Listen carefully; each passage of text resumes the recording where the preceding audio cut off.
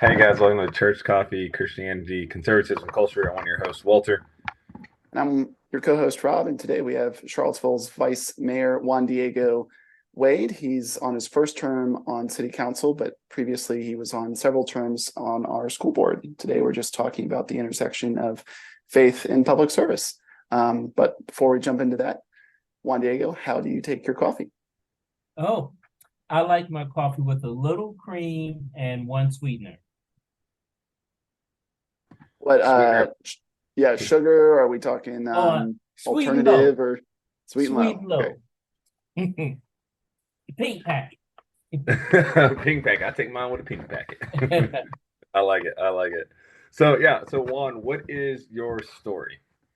So first of all, my name is Juan Diego Ricardo Wade, and I'm a brother from Southside Richmond. So that kind of throws people off a little bit. As far as I know, I don't have any Latinx in my lineage or history, but My bad. I'm sorry. I thought you were Latino. I was like, oh yeah, yeah, he's a see, there brother you from go. Latino.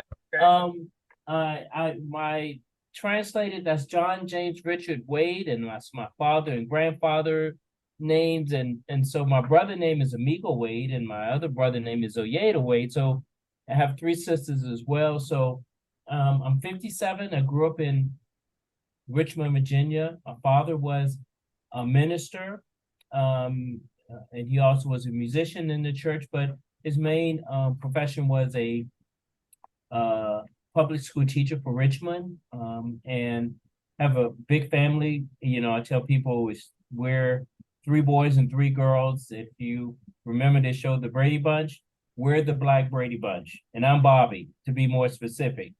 I like it. And, I like it. so I always been service oriented. Always went to church. You know, I was one of those that, when I was young, I didn't necessarily want to go to church, but we had, parents said, like if you went out Saturday, you're going to church Sunday, no matter what time you got in. And but I did enjoy church.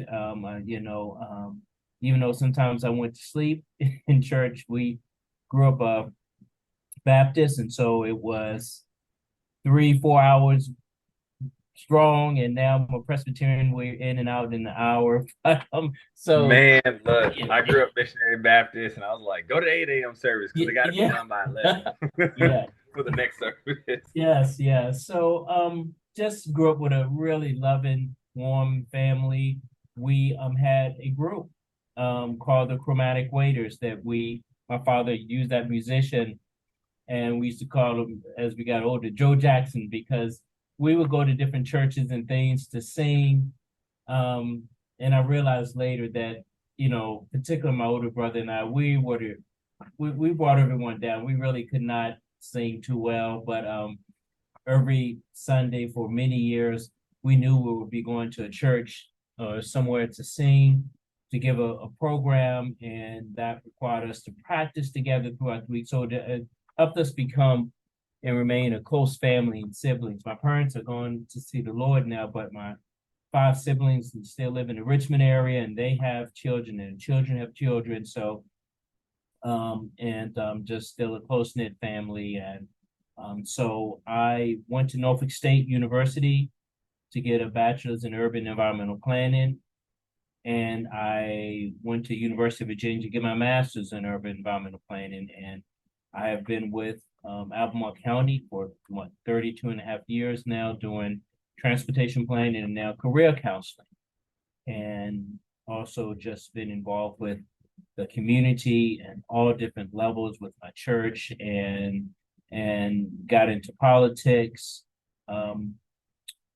More so when since I've been on city council, but here in Charlottesville, the school board is an elected position. So that's kind of politics, but I've learned now, been on city council for the last year and a half, that this is a whole different level of politics being on city council. But I've learned that it's about relationships, and that's something that I've been able to develop over the last 30 years being in the community. A lot Yes. of relationships in different parts of the community, and it's really helped me out. Yeah. So Yeah. that's Yeah. kind of Juan Diego Wade. Diego Wade, man, I like it, Juan Diego. So, so you grew up Baptist? Did you grow up missionary? Was it? I guess I'm assuming it's missionary Baptist. You know, it's I'm thinking of it's it was Riverview Baptist Church. I imagine it was part of some um, um group, What is it? um, and Uh, it's right across from the park in Richmond, Bird Park, where they had the rope, the little paddle boats, and so that's where we that's where you're. that's Okay. where we go. Yeah, Yeah. My story. I mean, I grew up missionary Baptist, or Black Baptist. yeah. My what is it? My great grandfather was one of the former slave founding members of the church. And it's so we can trace it back. Wow. To Hmm. then I became Presbyterian. Now I'm Anglican. So I'm Oh, almost Catholic. So we oh almost there. yeah, yeah. Wow. We getting there. Yeah.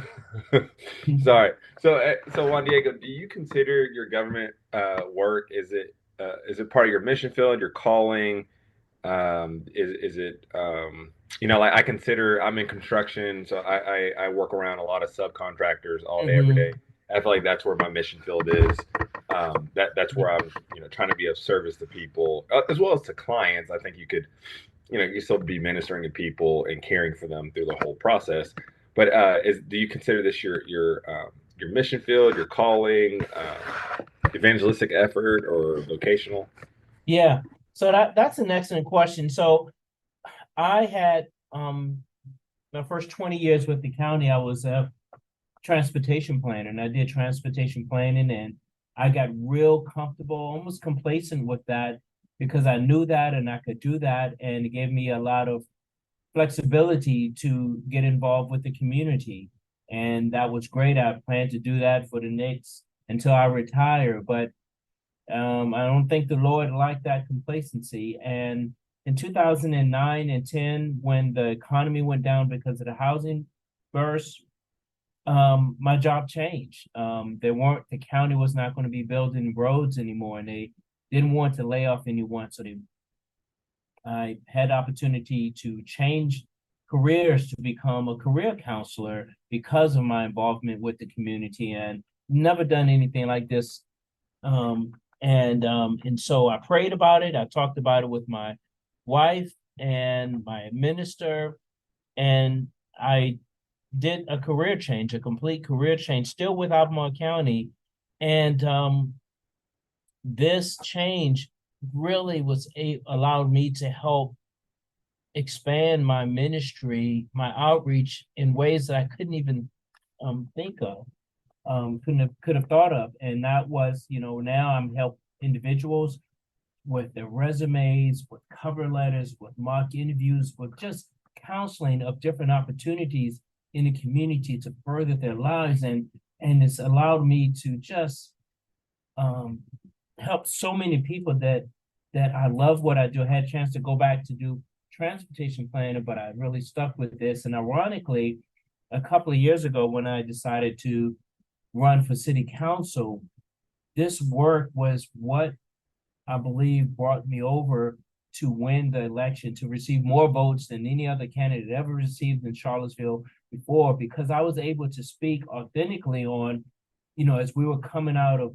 COVID, of the issues that those who were unemployed were going through, because I had been doing it for the last 10 years. I knew what the economy was like. I knew the employers and people that were hiring and how to deal with that. When I was talking on the campaign trail, I could speak with that. And I was like, man, the Lord, man, he really knows what he's doing. He knows what he's doing, and we can do all the planning and that we want. My plan was to work doing transportation planning until I retire. And side and the other track, I could still be doing community outreach. And the Lord just had a different plan for me. And now, man, I just can't tell you, I've been able to help individuals who have been incarcerated, those who are coming out of mental illness, those who have wanted career change, high school students, um, to able to join my many years of connection and relationships together, to those who are seeking work. Man, it's just a perfect,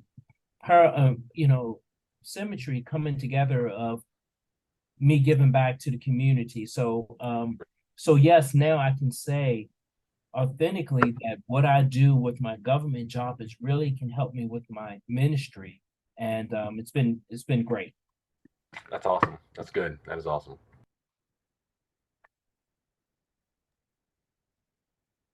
What elements of government service do you think are similar in your church work at Alleviate Pres, and in what ways are they dissimilar? Well, I mean, I think that I'll give you an example of some ways that I think that it can parallel. We have some refugees from Afghanistan that settle in this community. And actually we have a International Rescue Center office here. So we get waves of immigrants that come from different countries from time to time. The most recent one is from Afghanistan. So individuals who have given a lot for our country, sacrificed a lot. And when we left, we were able to bring some with us. And so our church work with IRC and other churches in the community as well to, quote, adopt a family, to help them kind of settle in, to give them the things that they need. And the family that we adopted, I was able to work with the group in our church to access different state and federal programs and resources, but also help the family to get jobs in the community. So that is, where I can see that those things really parallel and can work together. So I think that there's definitely a role for government in a lot of different things, but sometimes you just need good folks to go do good things, and so yeah. Real quick, Rob, before you jump into your other question, one, I was doing like a quiet time. I was trying to figure out, hey, what's the vision of what I want to do and what I want to be about, and it was, what did it come to me? Empowering people to enjoy the work the Lord has created for them to do, and this idea that we're created to work, we're created for good purposes, and how can I be an initiator or not instigator, but a initiator to help people start walking into that. Yeah. And I think there's something beautiful about helping and connecting people with work. Like I cannot imagine what it's like being a refugee. Cannot imagine. Yeah.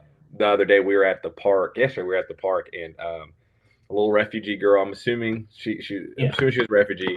About 4 years old, couldn't speak a lick of English. Just like she wants to push my daughter's stroller. So I'm over here like trying to tell my daughter, share the love of Jesus by showing her how to push a stroller. My daughter's like, no, to what to? I'm like, share the love of Jesus. But yeah, I think it's beautiful when we can connect people coming out of whatever situation, getting them back into work. Yes. Agreed. Sometimes it's difficult because over the past, 10, 12 years, I've done this when we have helped refugees that have come in from different places around the world. Some of them have come in with their own prejudices, either against African Americans, either from TV or whatever, but they come here already said that, I'm better than you because you're an African American. And I tell you, man, sometimes that is really difficult to, someone who you're there to help, and they really don't have too much of anything, but you're there to help them. But yet they're saying, I'm better than you, and that's difficult, man. But I'm like, I strap on the Lord and I said, let's go. We're here to help, Go. Yeah. Yeah, that's excellent. Well, excellent that you strap on the Lord. Yeah. Mm-hmm. We're going to take a quick break and have a word from a sponsor. Shenandoah Coffee Roasters has been a staple of Charlottesville since 1993. They offer over 25 varieties of specialty, boutique, and gourmet coffee using only the finest Arabia coffee from all over the world. Coffee is their passion, and they painstakingly search out the best coffee available. Nothing is taken for granted as they continually strive to provide the best coffee they possibly can. They roast all their coffees to order based on the needs of their espresso bar, ensuring that only the freshest and highest quality coffee leaves their roasting house. Grab a cup at any of their 3 locations, Main Restaurant Preston, on the corner, or on Ivy Road. Or order a bag online at shenandoahjoe.com. How has your role as a father, husband, and missionary helped you in your government work? What kind of soft skills or even hard skills from Yeah. those occupations, from those roles, helped you in your government service? Yeah. So I'm so blessed to have a wonderful Christian woman as my wife. We met at the University of Virginia grad school. She's from Hartford, Connecticut, and we've been married now a little over 30 years. This year we celebrate our 30th anniversary. We have a daughter who just turned 21, who's a Woot on the 30. What's the 30 anniversary gift? well, this time I owe her, man, because I was doing a mission trip in Ethiopia. So we are going to next year.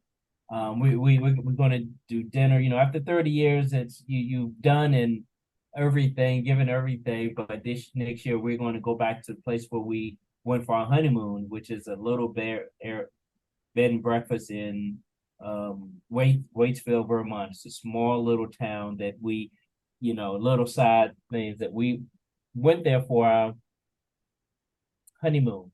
We did our wedding, everything we paid for ourselves. Our parents just didn't have the means to go get, anything you want for your wedding. We paid for it ourselves. And so, when we went to this Airbnb, we had to get the smallest room that they had. And it was in the bottom floor. It wasn't big. And we go every 5 years. And so each year we're able to get a bigger room. And so I tell people we're going Jefferson style because we moving on up. So this time, moving on up. Yes, that's right. We're able to get, the nice room, and we go in the summertime, and it's really nice in Vermont for us because we don't ski, so it's a nice place to go in the summertime for us.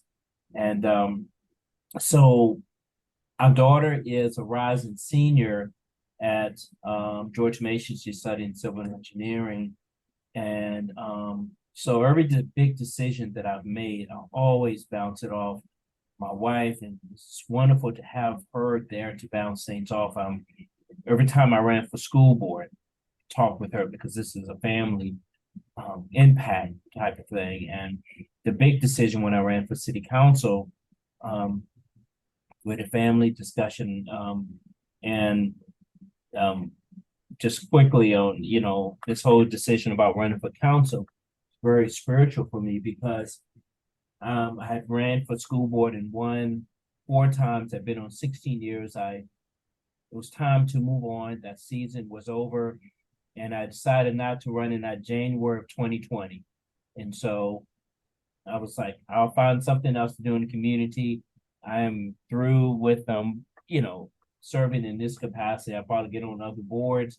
But a month or so later, the pandemic hit, and things just really slowed down. I had a lot of time to walk. And one of those walks, I went through an older African American community here in Charlottesville. And in that walk, the Lord really spoke to me. He said, "Juan, you still need to serve this community. I want you to continue to serve this community."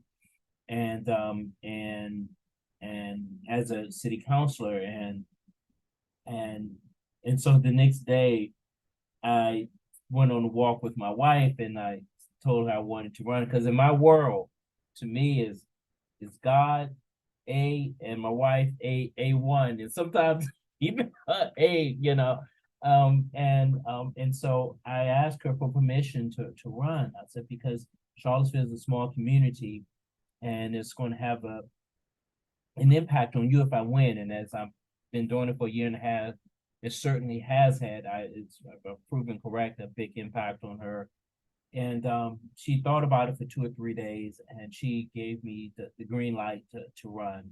And so from that point on, I got a team together and ran, because my wife is really involved with the church and the community as well. She's chair of different boards in the community and different groups, and she's prepared meal last night, as a matter of fact, for someone in church who is has breast cancer. So she's on that meal train, and she's on different committees. So we understand the impact that the Lord has in our life. And I think that if she didn't understand that we weren't on the same page, man, it just will be so much more difficult. Last night I had a meeting till 11 o'clock at night for a meeting with the planning commission, and and then the night before it was another 11 o'clock meeting. And if you don't have a wife that kind of understands that process of giving back to the community, these are some big projects that we were working on that's going to provide housing for the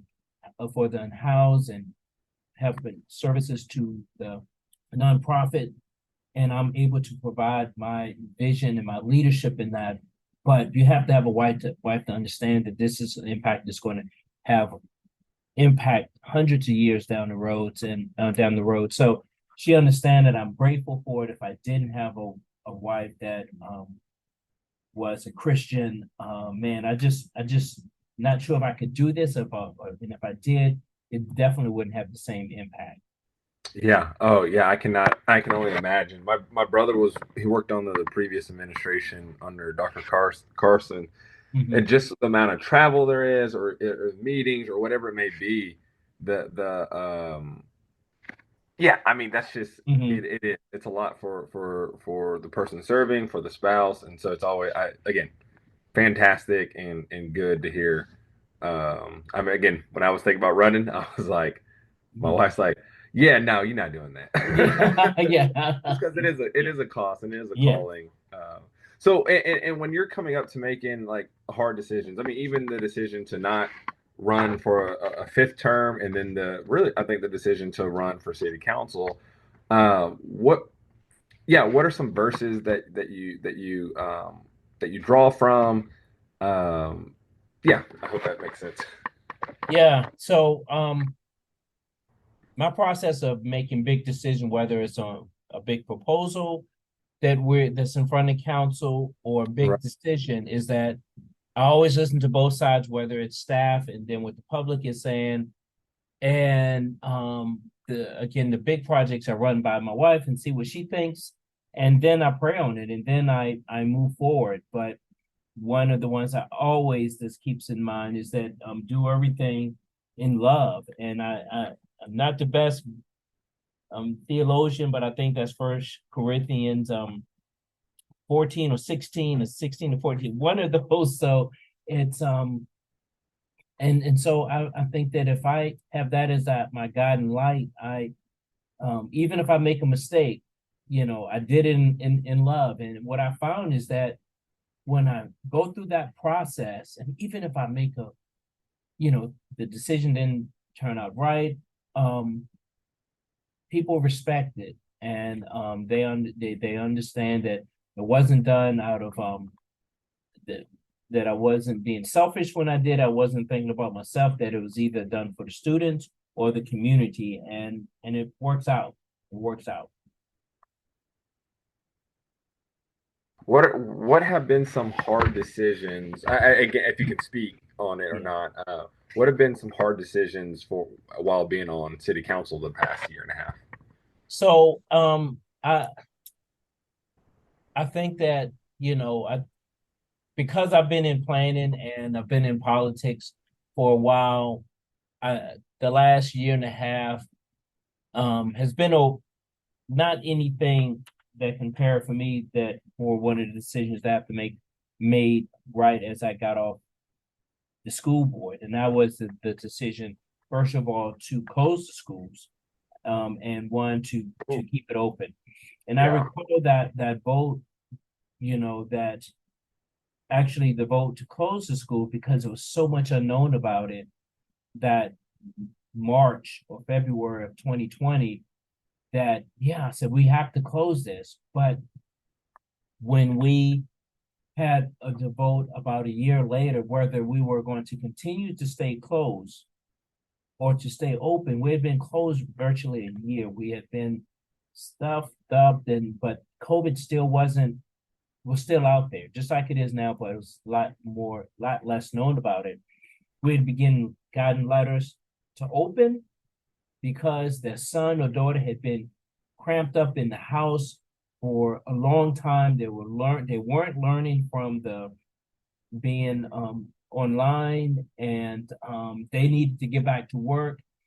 But we also had just the same amount of emails from very passionate parents saying, there's no way you can open the schools. This thing, my son or daughter might die. How could you do this? Yeah, I mean, it was I was just telling, both. I was telling Rob that, that one of the longest meetings that we had when I was on the school board was that night that we were going to vote in 2021 whether we were going to extend the closing the schools.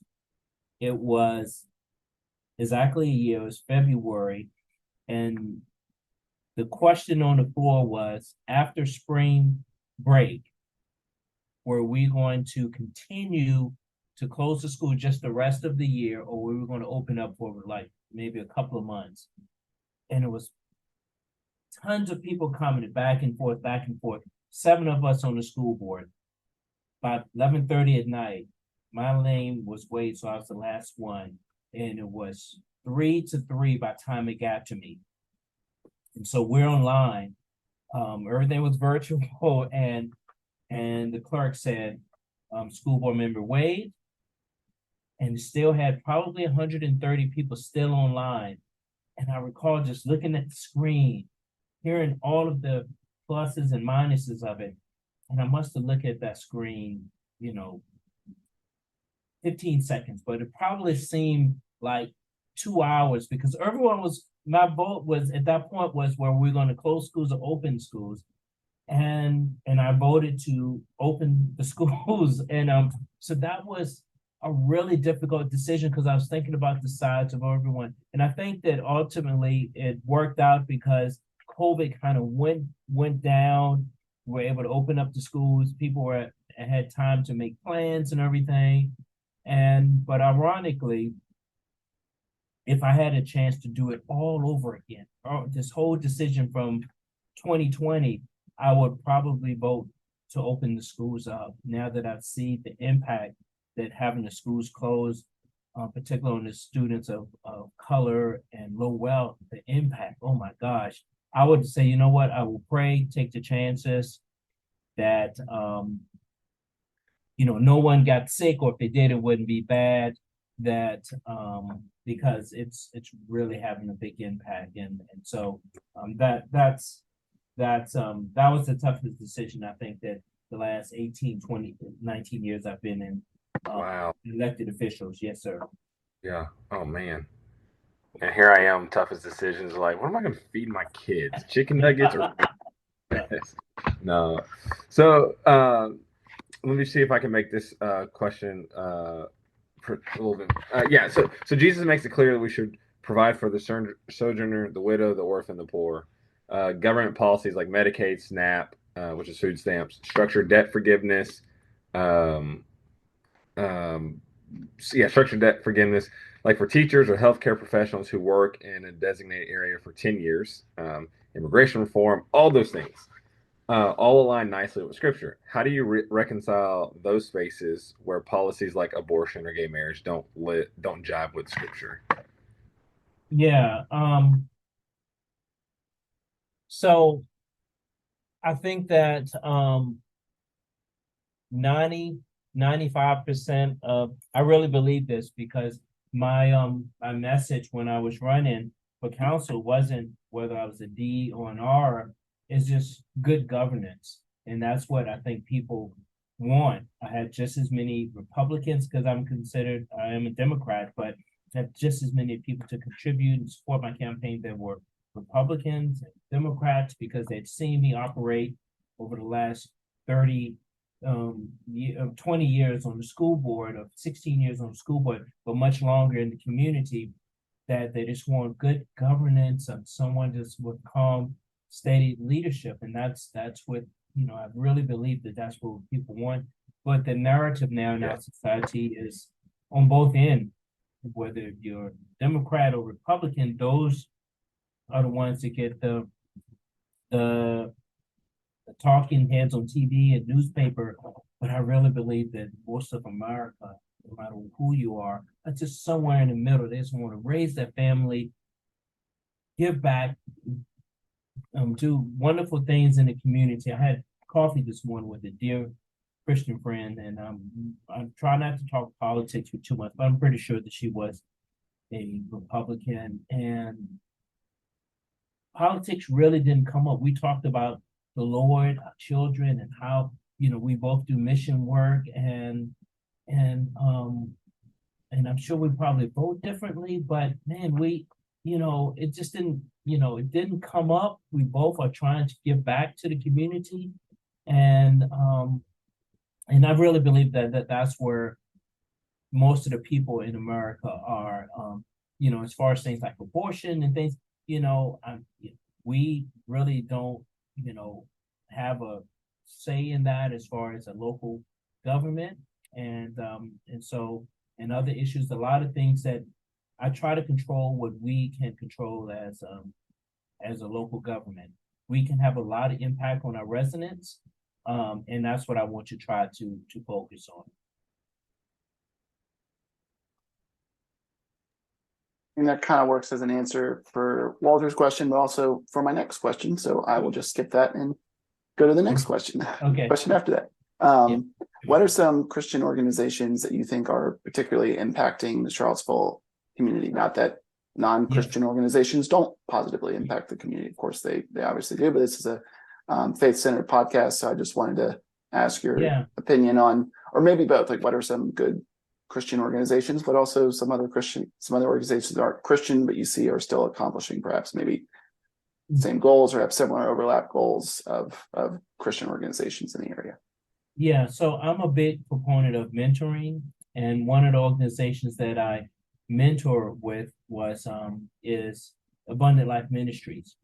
And I recall a few years ago when I was mentoring 3 young men with 3 different organizations, and all of them have kind of training that they want you to go through, even though I probably could write a manual on mentoring young men, but I understand you have to go through their process. And in Abundant Life Ministries, one of the things that I think that would be a great book for you to write whenever you retire. Sounds like you're never going to retire. But if you retire, that should be your first duty in retirement is that sounds like a great book. Thank you. That one of the things that they ask you to do, and they openly encourage, is that they have some of the same things that other mentoring organizations ask, like how's your school doing, what but at the end they always ask you, well, what can I pray about for you? Where are you at spiritually? And that is really powerful when you're talking to a young Black man or boy, depending on the age and what they're going through, and say, you know what, I'm a Black man, I understand what you're going through, and I want to pray for you. What are you going through? I understand what it is. And so I think that is really, so that's what Abundant Life Ministry allows me to do. And I'm a big fan of theirs. Also, I'm a big fan of Habitat for Humanity, another organization that I mentor, that I volunteer with, that it allows different, locally, they have Presbyterian Saturdays, and a lot of Presbyterian churches get together and they work on that Saturday. And another one is Salvation Army, is another organization that I volunteer with, that is, they're Christians there, but that is considered big picture a religion, and so the way that they work with their residents, and when our church is assigned to cook dinner for them, and I also go there to help the residents with their jobs, and so that is really a good organization as well. So those are some of the kind of more Christian organizations that stand out. I do a lot of volunteering with other nonprofits in the community, including Cultivate Charlottesville, which is used to be called the Charlottesville Schoolyard Gardens, where it really empowers individuals with understanding the importance of food equity, and trying to get grocery stores where there are food deserts, and mentoring through other organizations, C4K, Computer for Kids. So we have a lot of good nonprofits, and And over the last 30 years, I must say that I've probably been on pretty much every board here in Charlottesville. One of the more powerful ones is for me is the United Way, where I still volunteer, and I was able to recently serve as president of the board there. The outreach that our organization has is really meaningful to me.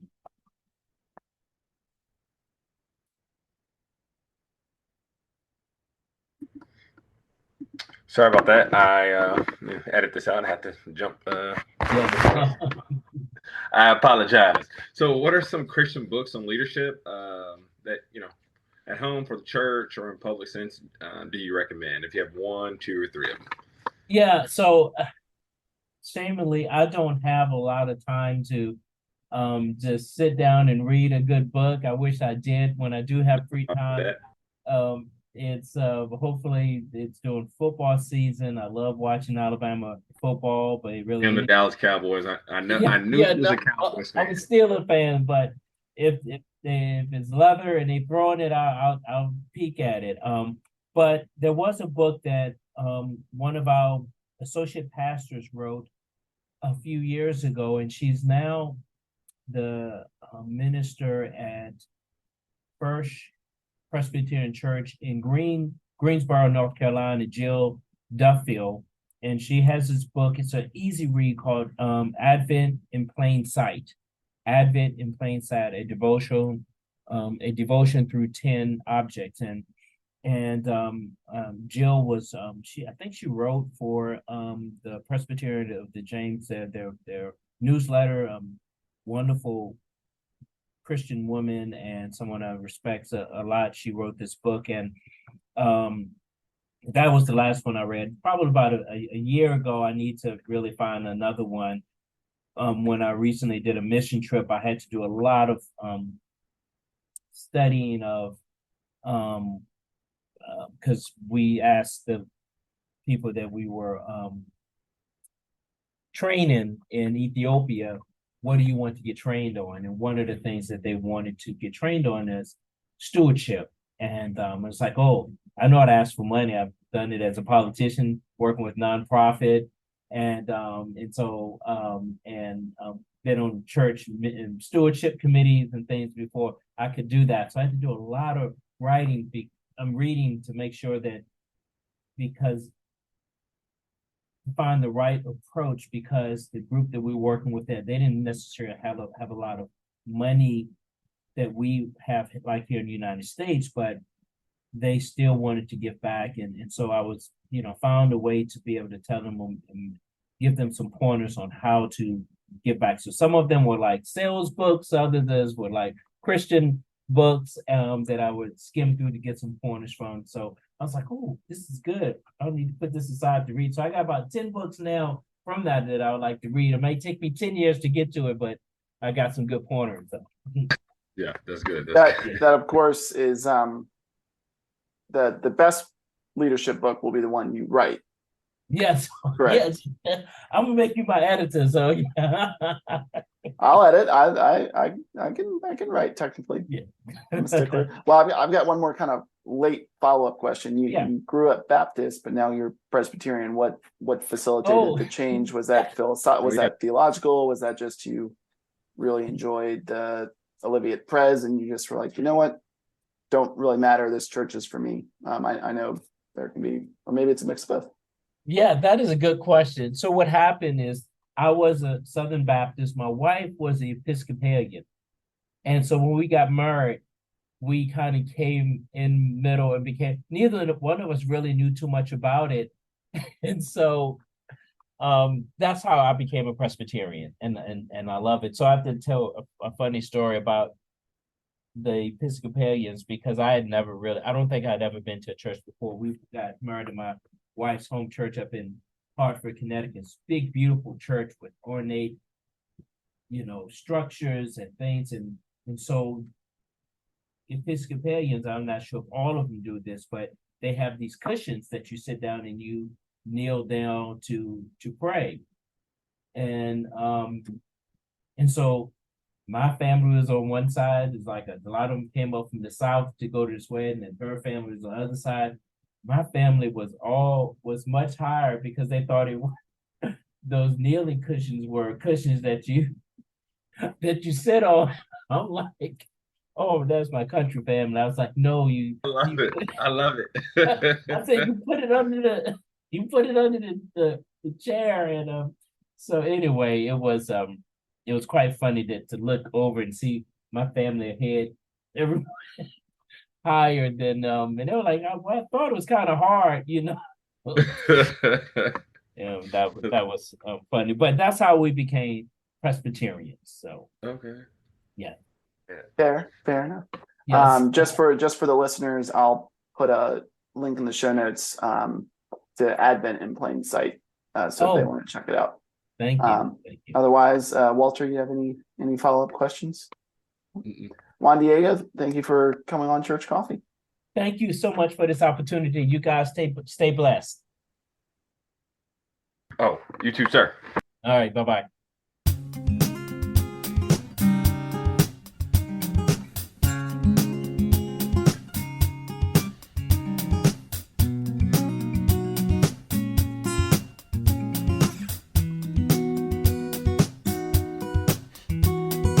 Our album art was done by my wife, and our theme music was composed by TJ Stokes.